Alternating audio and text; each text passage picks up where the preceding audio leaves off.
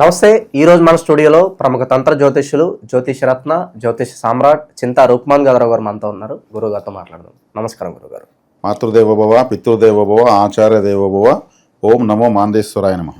గురుగారు, ఆగస్టు మాసం, అందులోనూ శ్రావణ మాసం, మకర రాశి వారి పరిస్థితి ఏ విధంగా ఉండబోతుంది, ఎలాంటి జాగ్రత్తలు తీసుకోవాలి, ఓవరాల్గా ఎలాంటి సిచ్యువేషన్స్ ఎదురయ్యే అవకాశాలు కనిపిస్తున్నాయి ఈ నెల వేళకి? మకర రాశి వాళ్లకు ఈ ఆగస్టు మాసం మాస ఫలితాలు చెప్పుకునే ముందు వీళ్ళ యొక్క ప్రత్యేకతలు కొన్ని మనం చర్చించుకొని ప్రతి నెలలాగా మనం ముందుకెళ్దాం. ఎదురు తిరగడానికి, తిరుగుబాటుతనానికి, ప్రతి విషయానికి స్పందించడానికి, చురుకుదనానికి వీళ్ళే కారకులు. కారకులు అంటే వీళ్ళే, మకర రాశి వల్లే. ఏదైనా సరే ఆన్సర్ అవ్వందే వీళ్ళు కంపల్సరీ ఆన్సర్ అవుతారు. అసలు సమాధానం చెప్పకపోతే టీచర్కి ఎంత కోపం వస్తుంది. ఏదో ఒకటి చెప్పరా, నిజమో తప్పు చెప్పి ఏడవరా అంటారు కదా. ఎదురు తిరగటం అంటే సమాజంలో అన్యాయం జరిగినా కూడా వెంటనే రియాక్ట్ అయ్యేది వీళ్ళే. విప్లవాలు పుట్టేది మకర రాశి వాళ్ళ నుంచే. విప్లవ నాయకులు, చేగువేరా, మరి ఇట్లంతా ఉంటారు, తిరుగుబాటు వాళ్ళు ఉంటారు. వాళ్ళంతా అటువంటి మకర రాశిని పుడతారు. లేదా ఆ స్థాయి మకరం తిరుగుబాటు చేయాలంటే చాలా ధైర్యం కావాలి, చాలా శక్తివంతులు వీళ్ళు. అంటే ఎదురు తిరగడంలో వీళ్ళ మించలేరు. ఉద్యమాలు, ప్రభుత్వం పైన సామాన్యులు తిరుగుబాటు చేస్తారు చూడు, అది మకర రాశి ప్రభావం. ఇది అంటే ఓటర్స్ అంతా మకర రాశే. ఓటర్స్ కానీ లేకపోతే ప్రభుత్వాలు లేవు. ప్రభుత్వం ఇప్పుడు రైతుల ఆందోళన అంటారు, కార్మికుల ఆందోళన అంటారు, డాక్టర్ల ఆందోళన అంటారు, ఆర్టీసీ కార్మికుల ఆందోళన అంటారు. కర్షక కార్మిక వర్గాలంతా కూడా మకర రాశే. వాళ్ళు కష్టపడతారు, అన్యాయం జరిగితే ఎదురు తిరుగుతారు, లేదంటే వాళ్ళు ఎదురు తిరగరు. కానీ వాళ్ళకే అన్యాయం జరుగుతూ ఉంటుంది. ప్రపంచంలో ఎక్కడైనా సరే వీళ్ళే. ఎందుకంటే సైనికులంతా కూడా వీళ్ళే. ఆర్మీ చీఫ్ వేరు, సోల్జర్స్ వచ్చి మకర రాశి. రాజు అనేవాడు ఎవరిని ముందు పెడతాడు? బలిపశువుగా సైనికుని పంపిస్తాడు. నువ్వు వెళ్ళు, ఆ పక్క రాజునే చంపు, నన్ను కాపాడు. కానీ సైనికుడు ఏం చేస్తాడు? తన ప్రాణాన్నే పెట్టుబడిగా పెట్టి ముందుకెళ్తాడు. చనిపోతాడనే భయమే లేకుండా వెళ్తాడు. ఇది ఎదురు తిరగడం అంటే. మకర రాశి అంటే అది ఒక విప్లవ రాశి. విప్లవ సాహిత్యం రాసే వాళ్ళు కూడా మకర రాశి ప్రభావంలో పుడతారు. సాహిత్యాలన్నీ రాయొచ్చు, మనకు భక్తి సాహిత్యం రాయొచ్చు, మరి ఇది మన ప్రేమకు సంబంధించిన సాహిత్యాలు రాయొచ్చు, ప్రేయసి గురించి కావ్యాలు, కవితలు రాయొచ్చు. విప్లవ సాహిత్యము అందరిలో అవుతుందా? విప్లవ కవి అంటారు కొంతమందిని. వాళ్ళంతా మకర రాశిలో పుడతారు. ఆ ఎనర్జీ వీళ్ళ బ్లడ్లో ఉంటుంది. అది రాశి యొక్క గొప్పతనం. వీళ్ళకైతే అన్యాయం జరుగుతూనే ఉంటుంది. అది వీళ్ళ అదృష్టమో దురదృష్టమో తెలియదు. అందుకే ఎక్కువగా విప్లవాలు జరిగినటువంటి చరిత్రలో ఎక్కువ విప్లవాలు ఎదురు తిరుగుబాట్లు ఉంటాయి. సిపాయిల తిరుగుబాటు అని. ఇదంతా మకర రాశి ప్రభావం. ఓటర్లంతా కానీ విప్లవంగా ఏకపక్షంగా ఒకరు ఎవరికేస్తే వాళ్ళే గెలుస్తారు. అది ఒక విప్లవం. వాళ్ళు ఇంకొక నాయకుడికి ఎదురు తిరిగారని అర్థం. వీళ్ళు ఆదరించిన వాళ్ళే ప్రపంచాన్ని వెళ్తారు, వీళ్ళు ఆదరించిన వాళ్ళే బతకగలుగుతారు. మకర రాశి కర్షక కార్మిక వర్గాలను కదా. ఏ పరిశ్రమలు ఎత్తుకున్నా కూడా పరిశ్రమల్లో పనిచేసే ప్రతి కర్షకుడు, కార్మికుడు అందరూ కూడా మకర రాశి ప్రభావమే. మకర రాశిలో పుట్టాల్సిన పనుల వాళ్ళు మకర రాశి ప్రభావంలో బతుకుతున్నట్టు లెక్క.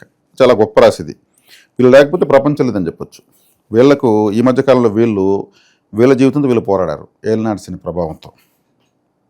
వీళ్ళు హానెస్ట్గా పనిచేసినా కానీ ఫలితాలు రాలేదు. అలా అది ఏలినాటి శని ముగిసింది. అది ఒక సువర్ణ అధ్యాయం. వీళ్ళు జీవితాన్ని నేర్చుకున్నారు. ఇప్పుడు ప్రజెంటు ఆగస్టులో శని భగవానుల వారు వెనక్కి వస్తున్నారు. మూడో ఇంట్లో వెనక్కి వస్తున్నారంటే రెండో ఇంటికి వస్తున్నారు. రెండో ఇంటి వైపు చూస్తున్నారు. అంటే వీళ్ళ కుటుంబము. రెండవ స్థానం అంటే కుటుంబము. రెండవ స్థానం అంటే భార్య పిల్లలు, భర్త పిల్లలు. రెండవ స్థానం అంటే బ్యాంక్ పాస్బుక్. రెండవ స్థానం అంటే మాట్లాడే మాట. రెండవ స్థానం అంటే తినే తిండి, వీళ్ళు పడుకుని నిద్రిస్తున్న ఇల్లు, కుటుంబం అంటే. కాబట్టి ఈ మాసము వీళ్ళకు కాస్త ఇప్పుడు నేను చెప్పిన కారకత్వంలో అన్కంఫర్ట్ ఉంటుంది. బ్యాంక్ పాస్బుక్ అన్కంఫర్ట్ అంటే ఏ విధంగా అనుకోవచ్చు మనం? వచ్చిన డబ్బు చాలదు, లేదా రాదు, లేదా వచ్చిన మిగలదు, చాలదు అంటే వీళ్ళ అవసరాలు వస్తాయి. శనేశ్వరుడు వెనక్కి వస్తున్నాడు కాబట్టి బ్యాంక్ పాస్బుక్, ప్రతి ఒక్కరి బ్యాంక్ పాస్బుక్ కూడా రెండో ఇల్లే. దాంట్లోకి రాహు ఉన్నాడు, శని వస్తున్నాడు. రాహు శనులు ఇద్దరు కంబస్ట్ ఎక్కడ రెండో స్థానంలో అవుతున్నారు. నేను ధనస్థానము, ధన వాక్కు, కుటుంబ స్థానం అంటారు దీన్ని. మనం తినే తిండి కూడా అదే. ప్రాథమిక విద్య 5వ తరగతి వరకు విద్య కూడా రెండో స్థానమే. కాబట్టి అటు రాహు శని మళ్ళీ ఆయన వెనక్కి వచ్చేసి రాహు వైపు వస్తున్నాడు. కాబట్టి వీళ్ళకి ఇప్పుడు చెప్పిన కారకత్వాల్లో ఏదన్నా వీళ్ళకు డబ్బులు చాలకపోవడము, వచ్చిన డబ్బు అది ఇంకొంచెం అవసరం పడడము, అనేది ఈ మాసం ఉంటుంది అంతే. ఇదేం లైఫ్ టైం ఉండేది కాదు. అప్పులు చేయాల్సిన పరిస్థితి వస్తుందంటారు ప్రజెంట్ అంటే వాళ్ళ యొక్క వ్యక్తిగత పరిస్థితులు బట్టే చెప్పాల్సి వస్తుంది ఆ విషయం మాత్రం. ఇంకా శని రాహులు అలా వస్తున్నారు కాబట్టి ఈ మాసం ఈ కుటుంబ విషయాల్లో అంటే ఇంట్లో ఎవరికైనా అనారోగ్యం చేయొచ్చు, ఆ వేల డబ్బు ఖర్చు పెడాల్సి అవచ్చు. ఇంట్లో ఏ డబ్బు ఉన్నప్పుడు ఖర్చు పెడతారు కదా. కుటుంబ సభ్యులకు ఇంకేదన్నా పిల్లలకి ఇప్పుడు స్కూల్స్ టైము, కాలేజెస్ టైము, మంచి స్కూల్లో చేర్పించాలనుకుంటారు, అప్పు చేయాల్సి రావచ్చు, ఉన్న డబ్బుతో కాస్త అప్పు. కాబట్టి కొంతమంది ఫారెన్లో పెట్టే ఉంటారు పిల్లలను, అక్కడ ఉద్యోగాలు వచ్చి ఉండవు, వీళ్ళు ఇక్కడి నుంచి డబ్బులు పంపిస్తున్నారు కూడా. అంటే కుటుంబానికి సంబంధించి ఏ విధంగా ఖర్చు వస్తుందని అర్థం. అంటే ఇప్పుడు సేవింగ్స్ చేయాలంటే చేయలేరు అని అర్థం, ఇంకేం లేదు. ఆ స్థితిలో ఇప్పుడు కుటుంబం అంటే తినే అని చెప్పాను కదా. కాబట్టి వీళ్ళు దాన్ని దృష్టిలో పెట్టుకుని సరిగ్గా కూడా ఏదో గొంతెమ్మ కురుకులకి అది ఇది కొనుక్కొని తినరు. మనకి ఇప్పుడు అవసరాలు ఉన్నాయి, మళ్ళీ చూద్దాము అనే పరిస్థితి వస్తుంది. అదే తెలియజేస్తూ ఉంది. అష్టమ స్థానంలో కేతువు రవి ఉన్నారు. రవి కేతులు ఉన్నప్పుడు అష్టమ స్థానం అన్నప్పుడు అష్టమ స్థానం అంటే ఏమి? హాస్పిటల్, అష్టమ స్థానం అంటే అంబులెన్సు, అష్టమ స్థానం అంటే ఐసీయూ, అష్టమ స్థానం అంటే బాత్రూము, అష్టమ స్థానం అంటే మలమూత్ర విసర్జన స్థానాలు. ఏదో ఒక సందర్భంలో ఖచ్చితంగా రవి హాస్పిటల్ గ్రహం అక్కడికి వస్తున్నాడంటే ఫైల్స్ ఫిస్టులా లాంటివి వచ్చేదానికి అవకాశం ఉంటుంది. వేడి వల్ల ఆ ఫైల్స్ ఫిస్టులా వచ్చి ఆ మలమూత్ర విసర్జన సమయంలో విపరీతమైన బాధ రావడము, దానికి సంబంధించిన వైద్యం చేసుకోవడం, హాస్పిటల్ అని చెప్పాను కదా 8వ స్థానం అంటే, దానికి కూడా అవకాశం ఉంది. కాబట్టి వీళ్ళు ఆ ఆరోగ్యరీత్యా కూడా ఖర్చు లేదానికి అవకాశం ఉందని ఇక్కడ తెలుస్తూ ఉంది. ఇక అష్టమ స్థానంలోకి మన బుధుడు కూడా వస్తున్నాడు. రవి బుధ కేతు ప్రభావము సప్తమ అష్టమ స్థానాలపైన ఉంది. కాబట్టి వీళ్ళకు శుభగ్రహము బుధుడు కూడా ఏం చేస్తున్నాడు? రవి కేతుల మధ్యలో. తర్వాత ఇది వైద్యపరంగా ఖర్చులు రావచ్చు, కుటుంబ పరంగా ఖర్చులు రావచ్చు. కుటుంబం అంటే భార్య పిల్లల వల్ల, పిల్లల చదువులకు కావచ్చు, భార్య ఆరోగ్యానికి కావచ్చు, లేదంటే వీళ్ళ యొక్క అష్టమ స్థానం రీత్యా వీళ్ళకే దేహ అనారోగ్యం కావచ్చు, ఏదైనా సరే ఒక అన్కంఫర్ట్ వస్తుంది అంతే.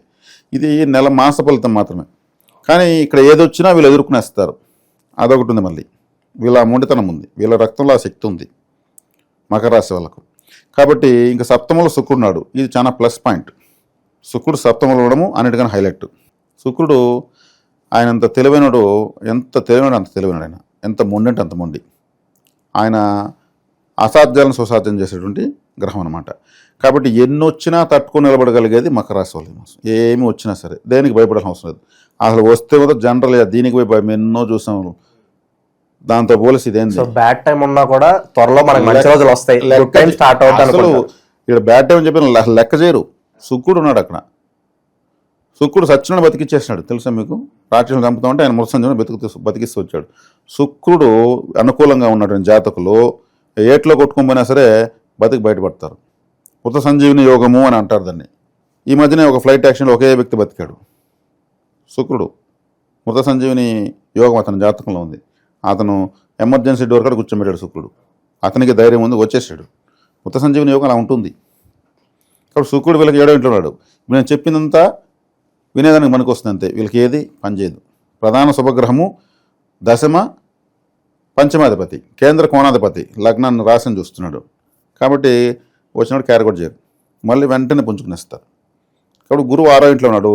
గురువు 6వ ఇంట్లో ఉన్నప్పుడు వైద్య ఖర్చుల రీత్యా శత్రువులకు అంటే ఏదైనా అప్పులు కడతారు.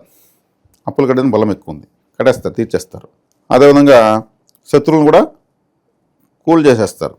ఎందుకంటే అప్పే శత్రువు, అదే కట్టేస్తే నా శత్రుత్వం నశిస్తుంది. కాబట్టి గురువు ఆడున్నప్పుడు ఏం చేస్తాడు? అప్పులు వగదించేదానికి వీళ్ళకి అవకాశం ఇస్తాడు, చేర్చేస్తారు. 9లో కుజుడు ఉన్నాడు భాగ్యంలో. మకరానికి బాధగాధిపతి కుజుడు 9లో ఉన్నాడు. తండ్రితో వైరం రావడము, లేదు తండ్రి మన వంశీకులు ఉంటారు, పాలోళ్ళు అంటారు, చిన్నాన్న పెద్దన్న పిల్లలు, ఇటువంటి వాళ్ళతో విభేదాలు రావడము. విభేదాలు రాకపోయినా లోపల రగులుతూ ఉంటాయి కొన్ని శత్రుత్వాలు. పైకి మాట్లాడుతున్నా సరే చూస్తా, సమయం వచ్చినప్పుడు నీకు అది చూస్తా, ఇప్పుడు తప్పదు, నీతో పలకరించిన పలక తప్పదు, నా టైం వచ్చి నేను చూస్తా అనే విధంగా రగులుతూ ఉంటాయి లోపల ఉన్నాయి. ఆస్తి తగాదాలు కూడా ఉంటాయి కదా గురుగారు, అవి కాస్త క్లియర్ అవ్వడానికి ఏదైనా అనుకూలత ఉందంటారా? ఆస్తి తగాదాలు క్లియర్ కావాలంటే వీళ్ళు చక్కగా పారే నీటిలో ఏ ఆస్తి తగాదా ఉందో ఆ ఆస్తిలో ఉన్నటువంటి మట్టి ఒక 6 పిడికలు వేసి ఏదైనా పారే నీటిలో వదులుతూ ఉండడం మంచిది. అంటే పారే నీటిలో ఏం చేస్తుంది, అది కొట్టుకొని పోతుంది. ఆ సమస్య అనేది ఏం చేస్తుంది, కొట్టుకొని పోతుంది. ఇప్పుడు మనిషి చనిపోతే ఏం చేస్తారు, కాల్చి బూడ చేసి ఎక్కడ కలుపుతారు, గంగలో వదులుతారు. ఒక విఘ్నేశ్వరుని విగ్రహం ప్రతిమ చేసి పూజలైనాక ఏం చేస్తారు? గంగలో వదులుతారు. దేవతనైనా మనిషి చనిపోయినా గంగాదేవి స్వీకరించలేదంటూ ఏది లేదు, అన్నీ స్వీకరిస్తున్నాం. వీళ్ళకి ఏదైతే సమస్య ఉందో ఆ సమస్య ఉన్నటువంటి ప్రాంతంలో మట్టి వారి ఇంట్లో వదులుతూ ఉంటే చాలు. అందులో పన్నీరు అత్తరు కలిపి ఆ మట్టిలో కలిపేసి వదిలితే ఇంకా మంచి ఇంకా స్మూత్గా కూడా సమస్య తీరిపోతుంది. ఇది ఒక తంత్రం. ఇది చేసుకోవచ్చు వీళ్ళు. అంటే ఇక్కడ మాస ఫలితానికి సంబంధమే లేదు. వీళ్ళకి ఆస్తి తగాద ఉంటే ఎవరికి ఆస్తి తగాదో ఆ పని చేసుకోవచ్చు. వీళ్ళ ఆస్తి తగాద ఉంటే ఏ ఆస్తి ఉందో ఆ ఆస్తి యొక్క జిరాక్స్ పేపరు అంటే డాక్యుమెంట్ తీసి కాల్చి బూడిద చేసి షింక్లో నీళ్ళు వాటర్ తిప్పేసి కొట్టాలి. కాల్చి బూడిద చేయడం, దాని ఆ సమస్యను కాల్చడం లెక్క. వివాహాలకు అనుకూలత ఉందంటారు. వివాహాలకు అనుకూలతుంది. ఎందుకంటే శుక్రుడు 7వ ఇంట్లో ఉన్నాడు కదా. శుక్రుడు 7 ఇంట్లో ఉన్నప్పుడు అనుకూలతనిస్తాడు. మామూలుగా జన్మజాతకుల్లో శుక్రుడు 7వ ఇంట్లో ఉంటే దోషము. ఈ గోచర్లో కాబట్టి ఆయన వివాహానికి అనుకూలత ఇస్తాడు. తాత్కాలికంగా ఆ నెల ఉండి వచ్చేస్తాడు కాబట్టి 7, 8, 9, 10 మంచి స్థానాలకు వస్తున్నాడు శుక్రుడు. ఇంకా ఆయన గోచరీత్యా మంచి స్థానాలకు వస్తున్నాడు. కాబట్టి వివాహానుకూలత చాలా లాంగ్ పీరియడ్ ఉంది. చివరగా సొంత ఇంటి కళ నెరవేరడానికి ఎంతకాలం పట్టవచ్చు అంటారు వీళ్ళకి? సొంత ఇంటి కళ నెరవేరడానికి ఇక్కడ వచ్చేకాడికి వ్యక్తిగత జాతకంలో ఆ బలాన్ని పరిపూర్ణంగా చూడొచ్చు. గోచరీత్యా చూస్తే ఒక 3 మాసాల తర్వాత ఉంది. ఎందుకంటే కుజుడు లాభంలోకి వస్తాడు. దశమంలో కుజుడు వచ్చినప్పుడు లగ్నాన్ని రాశిని చూస్తాడు. అప్పుడు టెన్షన్లు ఎక్కువ ఉంటాయి. లాభంలోకి వచ్చినప్పుడు పాపగ్రహం లాభంలోకి వచ్చినప్పుడు అందరం స్వస్థచేతనంలోకి వస్తాడు కాబట్టి అప్పుడు ప్రయత్నిస్తే బాగుంటుంది.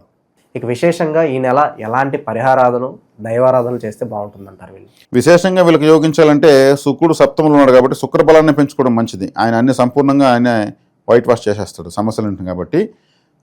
శుక్రబలాన్ని పెంచుకోవడానికి వీళ్ళు శుక్రవారం రోజు రాహుకాలంలో చక్కగా అమ్మవారి ఆలయంలో దీపాలు పెట్టడము, అర్చన చేయడము, కుంకుమార్చన చేయడము మంచిది. అంటే రాహు కూడా వీళ్ళకి ఫేవరెట్ ప్లానెట్టే, ద్వితీయంలో ఉన్నాడు కాబట్టి శుక్రవారం రాహుకాలం తీసుకోవచ్చు. శుక్రరాహులు ఇద్దరు గురు శిష్యులే, మకర రాశికి ఇద్దరు మంచి వాళ్ళే. కాబట్టి వాళ్ళిద్దరు మంచి వాళ్ళని పెంచుకుంటే వాళ్ళ బలం మనకు పెరిగిందంటే సంపూర్ణంగా ఫలితాలు తీసుకోవచ్చు. ఓవరాల్గా ఆగస్ట్ మాసంలో మకర రాశి వారికి ఏ విధంగా ఉండబోతుంది, ఎలాంటి జాగ్రత్తలు తీసుకోవాలి, అద్భుతంగా వివరించారు. ధన్యవాదాలు గురుగారు. ధన్యవాదాలు.